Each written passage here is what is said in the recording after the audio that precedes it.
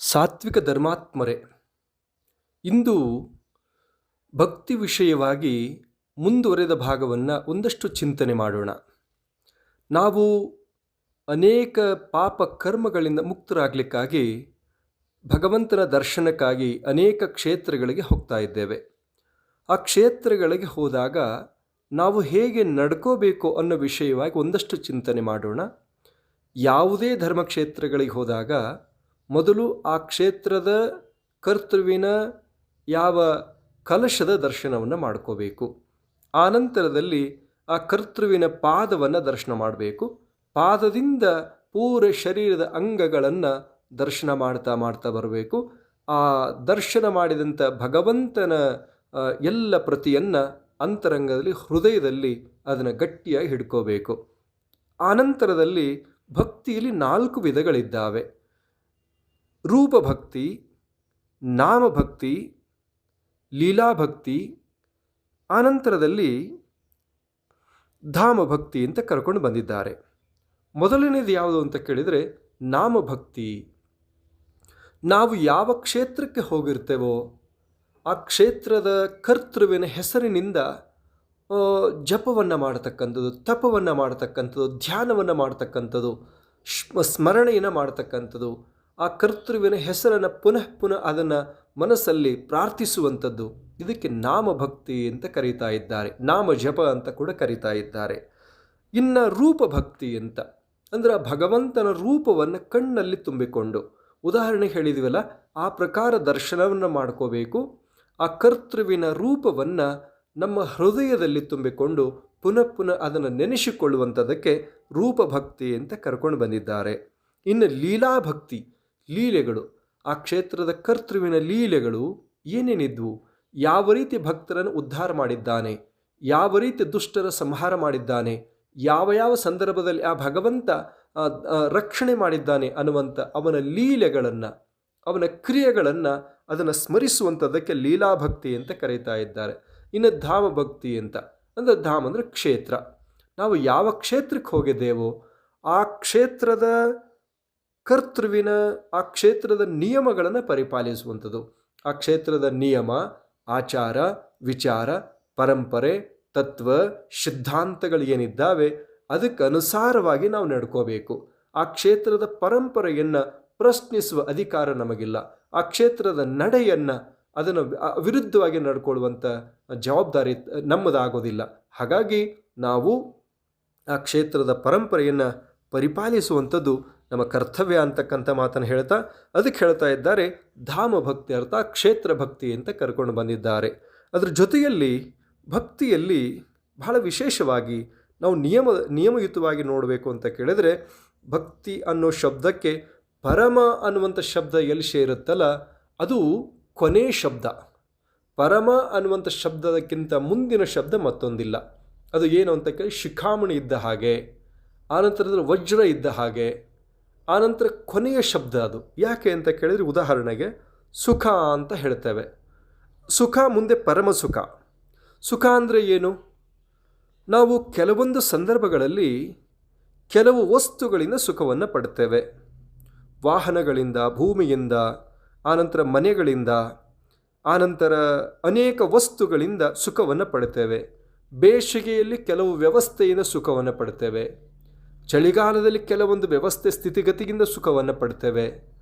ಆನಂತರದಲ್ಲಿ ಮಳೆಗಾಲದಲ್ಲಿ ಮತ್ತೊಂದು ಸ್ಥಿತಿಗತಿಯಿಂದ ಸುಖವನ್ನು ಪಡ್ತೇವೆ. ಆದರೆ ಬೇಸಿಗೆ, ಮಳೆಗಾಲ, ಚಳಿಗಾಲ ಈ 3 ಕಾಲದಲ್ಲಿ ಎಲ್ಲ ವ್ಯವಸ್ಥೆಗಳು ನಮಗೆ ಸುಖ ಅಂತ ಕಂಡುಬರೋದಿಲ್ಲ. ಆನಂತರದಲ್ಲಿ ಆಹಾರ ಪದಾರ್ಥಗಳಿಂದ, ಅನೇಕ ರೀತಿಯ ಆಹಾರ ಪದಾರ್ಥಗಳಿಂದ ನಾವು ಸುಖವನ್ನು ಪಡ್ತೇವೆ. ಆನಂತರದಲ್ಲಿ ಅನೇಕ ವ್ಯವಸ್ಥೆಗಳಿಂದ ನಾವು ಸುಖವನ್ನು, ಆನಂದವನ್ನು ಪಡ್ತಾ ಇರ್ತೇವೆ. ಅದು ಶಾಶ್ವತ ಅಲ್ಲ, ಕ್ಷಣಿಕವಾಗಿರುತ್ತೆ. ಕೆಲವೊಂದು ಸಂದರ್ಭಗಳಲ್ಲಿ ಆ ವಸ್ತುಗಳು, ಆ ಪದಾರ್ಥಗಳು, ಆ ವ್ಯವಸ್ಥೆಗಳು, ಆ ವ್ಯಕ್ತಿಗಳು ನಮಗೆ ಸುಖ ಅಂತ ಅನಿಸುತ್ತೆ. ಇನ್ನು ಕೆಲವೊಂದು ಸಂದರ್ಭದಲ್ಲಿ ಆ ಎಲ್ಲ ವ್ಯವಸ್ಥೆಗಳು ನಮಗೆ ದುಃಖ ಅಂತ ಕಾಣುತ್ತೆ. ಹಾಗಾಗಿ ಸುಖ ಅಂತ ಕೇಳಿದರೆ ಕ್ಷಣಿಕ ಅಂತ ಕರೀತಾ ಇದ್ದಾರೆ. ಅದಕ್ಕೆ ಪರಮ ಸುಖ ಅಂತಂದರೆ ಯಾವುದು? ಪರಮ ಸುಖ ಅಂತ ಕೇಳಿದರೆ ಯಾವಾಗಲೂ ಕೂಡ ಅದನ್ನು ನಾವು ಪ್ರೀತಿಸುವಂಥದ್ದು. ಅಂದರೆ ಭಗವಂತನಿಗೆ ವಿಷವೂ ಸಮವೇ, ಅಮೃತವೂ ಸಮವೇ. ಅದಕ್ಕೆ ಹೇಳ್ತಾ ಇದ್ದಾರೆ ವಿಷಕಂಠ ಅಂತೇಳಿ. ಹಲವನ್ನು ಸ್ವೀಕಾರ ಮಾಡಿದ್ದಾನೆ ಭಗವಂತ. ಅವನ ಶರೀರದಲ್ಲಿ ಎಷ್ಟು ವಿಶೇಷತೆ ಇದೆ. ಅವನ ನೇತ್ರ ಅಗ್ನಿನೇತ್ರ ಇದೆ, ಸೂರ್ಯನೇತ್ರ ಇದೆ, ಚಂದ್ರನೇತ್ರ ಇದೆ. ಆನಂತರ ಮಸ್ತಕ ಭಾಗದಲ್ಲಿ ಗಂಗೆಯೂ ಇದ್ದಾಳೆ, ಅಗ್ನಿ ನೇತ್ರವೂ ಇದೆ. ಆನಂತರದಲ್ಲಿ ಚಂದ್ರಮ ಇದ್ದಾನೆ, ಅಮೃತವನ್ನು ಕೊಡುವಂಥ ಚಂದ್ರಮ ಇದ್ದಾನೆ. ಕಂಠದಲ್ಲಿ ವಿಷಕಾರುವಂಥ ಸರ್ಪ ಇದೆ, ವಾಸುಕಿ ಸರ್ಪ ಇದೆ.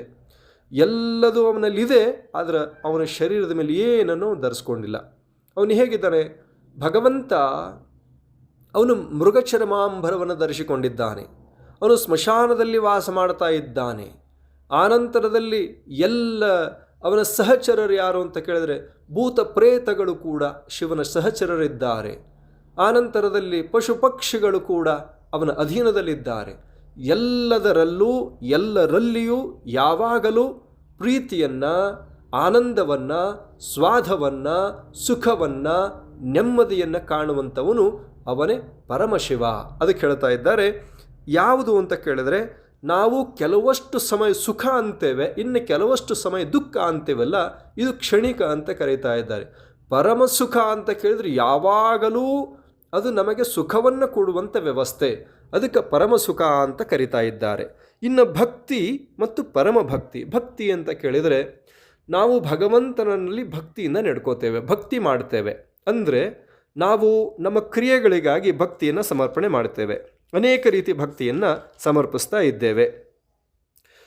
ಈಗ ಉದಾಹರಣೆಗೆ ವ್ಯಕ್ತಿ ಮದುವೆ ಆಗಿಲ್ಲ ಅಂತ ಕೆಲವು ವ್ರತವನ್ನು ಮಾಡ್ತಕ್ಕಂಥದ್ದು, ಆನಂತರದಲ್ಲಿ ಮಕ್ಕಳಾಗಿಲ್ಲ ಅಂತ ಕೆಲವು ವ್ರತಗಳನ್ನು ಮಾಡ್ತಕ್ಕಂಥದ್ದು, ಪೂಜೆಯನ್ನು ಮಾಡ್ತಕ್ಕಂಥದ್ದು, ಕ್ಷೇತ್ರದ ದರ್ಶನ ಮಾಡ್ಕೊಳ್ತಕ್ಕಂಥದ್ದು, ಮನೆ ಆಗಿಲ್ಲ ಅಂಥೇಳಿ, ಭೂಮಿಯಿಂದ ಲಾಭ ಸಿಗ್ತಿಲ್ಲ ಅಂಥೇಳಿ, ಆನಂತರ ಭೂಮಿ ಜಮೀನು ತೊಗೊಳಕ್ಕಾಗ್ತಿಲ್ಲ ಅಂತ ಹೇಳಿ, ಆನಂತರದಲ್ಲಿ ಆರೋಗ್ಯ ಚೆನ್ನಾಗಿ ಆಗಲಿ ಅಂತ ಕೆಲವು ವ್ರತಗಳು ಮಾಡ್ತಕ್ಕಂಥದ್ದು, ಆನಂತರ ರಾಜಕೀಯ ಅಭ್ಯುದಯಕ್ಕಾಗಿ ವ್ರತವನ್ನು ಮಾಡ್ತಕ್ಕಂಥದ್ದು, ಆನಂತರ ಅನೇಕ ವ್ರತಗಳನ್ನು ಅನೇಕ ಕಾರ್ಯಗಳ ನಿಮಿತ್ತವಾಗಿ ನಾವು ಮಾಡುವಂಥ ವ್ರತ. ಇದಕ್ಕೇನು ಹೇಳ್ತಾ ಇದ್ದಾರೆ? ಸಕಾಮ ಭಕ್ತಿ ಅಂಥೇಳಿ ಕರೀತಾ ಇದ್ದಾರೆ. ಸಕಾಮ ಅಂತ ಕೇಳಿದರೆ ಅದರಲ್ಲಿ ಕಾಮನೆಗಳನ್ನು ತುಂಬಿಟ್ಕೊಂಡಿರ್ತೇವೆ. ಏನೆಲ್ಲವನ್ನು ಸಂಕಲ್ಪಿಸಿಕೊಂಡು ಅವುಗಳು ಬೇಕು ಅನ್ನೋ ಉದ್ದೇಶಕ್ಕಾಗಿ ಮಾಡುವಂಥದಕ್ಕೆ ಇದಕ್ಕೆ ಏನಾದರೂ ಸಕಾಮ ಭಕ್ತಿ ಅಂತ ಕರೀತಾ ಇದೆ. ಉದಾಹರಣೆಗೆ ಹಿರಣ್ಯಾಕ್ಷ, ಹಿರಣ್ಯಕಶ್ಯಪು, ತಾರಕಾಸುರ, ತಾರಕಾಕ್ಷ, ವಿದ್ಯುನ್ಮಾಲಿ, ಕಮಲಾಕ್ಷ, ಮಹಿಷಾಸುರ, ರಕ್ತಬೀಜ, ಚಂಡಮುಂಡರು, ಭಸ್ಮಾಸುರ, ರಾವಣಾಸುರ, ಕುಂಭಕರ್ಣ, ಮೇಘನಾದ, ಇನ್ನು ಅನೇಕರು ಭಗವಂತನ ಕುರಿತು ತಪಸ್ಸನ್ನು ಮಾಡಿದರು. ಇವರು ಯಾವ ರೀತಿ ತಪಸ್ಸು ಮಾಡಿದರು ಅಂತ ಕೇಳಿದರೆ ಸಾವಿರಾರು ವರ್ಷಗಳು ಕೂತು ತಪಸ್ಸನ್ನು ಮಾಡಿದರು. ತಪಸ್ಸನ್ನು ಮಾಡಿ ಭಗವಂತನನ್ನು ಒಲಿಸಿಕೊಂಡ್ರು. ಆನಂತರದಲ್ಲಿ ಆ ವರವನ್ನು ದುರುಪಯೋಗವನ್ನು ಮಾಡಿಕೊಂಡ್ರು. ಹಾಗಾಗಿ ಅವರ ಸ್ವಾರ್ಥಕ್ಕಾಗಿ ಬಳಸಿಕೊಂಡ ಕಾರಣಕ್ಕಾಗಿ ಅವರೆಲ್ಲ ಮಣ್ಣಾಗಿ ಹೋದರು ಅನ್ನುವಂಥ ಅದಕ್ಕೆ ಹೇಳ್ತಾರೆ ಸಕಾಮ ಭಕ್ತಿ ಅಂತ ಕರೀತಾ ಇದ್ದಾರೆ. ಇನ್ನು ಅದಕ್ಕೆ ನಿಷ್ಕಾಮ ಭಕ್ತಿ ಅಂತ. ನಿಷ್ಕಾಮ ಭಕ್ತಿ ಅಂತ ಕೇಳಿದರೆ ಯಾವುದು? ಅದಕ್ಕೆ ಪರಮ ಭಕ್ತಿ ಅಂತ ಕರೀತಾರೆ, ನಿಷ್ಕಾಮ ಭಕ್ತಿ ಅಂತ ಕರೀತಾ ಇದ್ದಾರೆ. ಅಂದರೆ ಯಾವುದೂ ಕೂಡ ನಾವು ಭಗವಂತನಲ್ಲಿ ಬೇಡುವಂಥದ್ದಿಲ್ಲ. ನಾವು ಏನನ್ನು ಕೂಡ ಏನನ್ನು ಕೂಡ ಅವನಿಂದ ನಿರೀಕ್ಷಿಸುವಂತಿಲ್ಲ. ನಾವು ಪರಿಪೂರ್ಣ ಶ್ರದ್ಧೆಯಿಂದ, ತ್ಯಾಗದಿಂದ, ನಿಷ್ಠೆಯಿಂದ, ಸಮರ್ಪಣಾ ಭಾವದಿಂದ ನಮ್ಮ ಕರ್ತವ್ಯವನ್ನು ಮಾಡುವಂಥದ್ದು. ಅದಕ್ಕೇನು ಹೇಳ್ತದೆ? ನಿಷ್ಕಾಮ ಭಕ್ತಿ, ಅದೇ ಪರಮ ಭಕ್ತಿ ಅಂತ ಕರೀತಾ ಇದ್ದಾರೆ. ಆ ನಿಟ್ಟಿನಲ್ಲಿ ನೀವು ನಂದಿ ಶಿವನಲ್ಲಿ ಏನೂ ಬೇಡಲಿಲ್ಲ, ನಿರಂತರವಾಗಿ ಮಾಡಿರುವಂಥ ವ್ರತದಿಂದ, ನಿಯಮದಿಂದ, ಆಚರಣೆಯಿಂದ ಶಿವನ ಜೊತೆಗೆ ಶಿವನಲ್ಲಿ ಸಮರಸನಾಗಿದ್ದಾನೆ ನಂದಿ. ನಾವು ಏನು ಬೇಡಬೇಕಂದ್ರೂ ಕೂಡ ನಂದಿಯ ಬಲಗಿವಿಯಲ್ಲಿ ಹೇಳಿದಾಗ ಅದು ಶಿವನಿಗೆ ಮುಟ್ಟುತ್ತೆ. ಶಿವನ ವಾಹನವಾಗಿ ಸೇವೆಯನ್ನು ಸಲ್ಲಿಸ್ತಾ ಇದ್ದಾನೆ ನಂದಿ. ಆನಂತರ ಹನುಮ, ಪರಮ ಭಕ್ತನಾಗಿರ್ತಕ್ಕಂಥ ಹನುಮ ಶ್ರೀರಾಮಚಂದ್ರನನ್ನು ಸ್ವಾಮಿ ಅಂತ ತಿಳಿದ, ಸ್ವಾಮಿ ನಿಷ್ಠೆಯಿಂದ ಸೇವೆಯನ್ನು ಮಾಡಿದ. ಹಾಗಾಗಿ ಎಲ್ಲೆಲ್ಲಿ ರಾಮ ಮಂದಿರ ಇದ್ದಾವಿಲ್ಲೋ ಗುರುತಿಲ್ಲ, ಪ್ರತಿ ಹಳ್ಳಿಯಲ್ಲೂ ಕೂಡ ಹನುಮನ ಮಂದಿರಗಳಿದ್ದಾವೆ. ಚಿರಂಜೀವಿಯಾಗಿದ್ದಾನೆ ಹನುಮ. ಅಂತರ ಭಕ್ತ ಪ್ರಹ್ಲಾದ ವಿಷ್ಣು ಪರಮಾತ್ಮನನ್ನು, ಶ್ರೀಮನ್ನಾರಾಯಣನನ್ನು ಅತ್ಯಂತ ಭಕ್ತಿಯಿಂದ ಸಮರ್ಪಣಾ ಭಾವದಿಂದ ಸೇವೆಯನ್ನು ಮಾಡಿದ. ಅವನು ವಿಷವು ಅಮೃತ ಆಯಿತು, ಆನೆಗಳು ತುಳಿಲಿಕ್ಕೆ ಬಂದವು, ಅವೆಲ್ಲವೂ ಕೂಡ ಶರಣಾಗತ ಆದವು. ಪರ್ವತದಿಂದ ಎಸೆದರು, ಬೆಂಕಿಲಿ ಸುಡುವಂಥ ಪ್ರಯತ್ನ ಆಯಿತು ತಂದೆಯಿಂದ, ಸಮುದ್ರದಲ್ಲಿ ಹಾಕಿದರು. ಏನೆಲ್ಲ ಮಾಡಿದರೂ ಕೂಡ ವಿಷ್ಣು ಪರಮಾತ್ಮನ ರಕ್ಷಣೆ ನಾಮಸ್ಮರಣೆಯಿಂದ ಅವನಿಗೆ ಎಲ್ಲವನ್ನೂ ಕೂಡ ವಿಷ್ಣು ಪರಮಾತ್ಮ ಅನುಗ್ರಹ ಮಾಡಿದ ಅಂಥೇಳಿ ಗರುಡ ತನ್ನ ಕೈಯಲ್ಲಿ ಅಮೃತ ಕಲಶ ಇದ್ದರೂ ಕೂಡ ಆ ವಚನಕ್ಕೆ ತಕ್ಕ ಹಾಗೆ ನಡ್ಕೊಂಡ, ವಿಷ್ಣು ಪರಮಾತ್ಮನ ವಾಹನವಾದ. ಆನಂತರದಲ್ಲಿ ಆದಿಶೇಷ ವಿಷ್ಣು ಪರಮಾತ್ಮನ ಅನನ್ಯ ಭಕ್ತಿಯಿಂದ ತ್ಯಾಗ ಭಾವದಿಂದ ಸೇವೆಯನ್ನು ಮಾಡಿದ. ಆನಂತರದಲ್ಲಿ ವಿಷ್ಣು ಪರಮಾತ್ಮನ ಆಸನವಾದ.